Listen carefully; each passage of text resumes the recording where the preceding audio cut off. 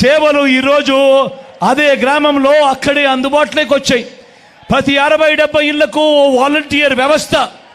అదే గ్రామంలోనే 4 అడుగులు ముందుకు వేస్తే ఓ ఆర్బీకే కనిపిస్తుంది, రైతన్నను చేయబట్టుకొని నడిపిస్తూ. అదే గ్రామంలో మరో 4 అడుగులు ముందుకేస్తే ఓ విలేజ్ క్లినిక్ కనిపిస్తుంది, ప్రతి పేదవాడికి అక్కడే ఆరోగ్యానికి భరోసా ఇస్తూ. మరో 4 అడుగులు ముందుకు వేస్తే అదే గ్రామంలోనే నాడు నేడుతో బాగుపడ్డ ఓ ఇంగ్లీష్ మీడియం స్కూల్ కనిపిస్తుంది. అదే గ్రామంలోనే గ్రామానికే చేరిన ఫైబర్ గ్రిడ్ కనిపిస్తుంది, నిర్మాణంలో ఉన్న డిజిటల్ లైబ్రరీలు కనిపిస్తూ ఉన్నాయి. గ్రామంలోనే ఓ మహిళా పోలీస్ కనిపిస్తుంది, ప్రతి అక్క చెల్లెమ్మ ఫోన్లోనే ఓ దిశ యాప్ కనిపిస్తూ ఉంది.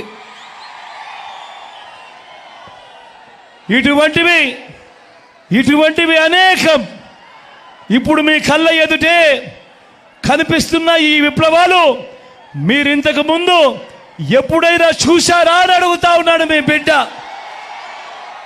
ఇవన్నీ కూడా కేవలం ఈ 59 నెలల పాలనలోనే జరిగిన మాట వాస్తవం అవునా కాదా అని అడుగుతా ఉన్నాడు మీ బిడ్డ. మరో వంక 75 ఏళ్ళ ముసలాయన ఒక ఆయన ఉన్నాడు. మరో వంక 75 ఏళ్ళ ముసలాయన ఉన్నాడు. 14 ఏళ్ళు సీఎంగా చేశారంటాడు, 3 సార్లు సీఎం అంటాడు.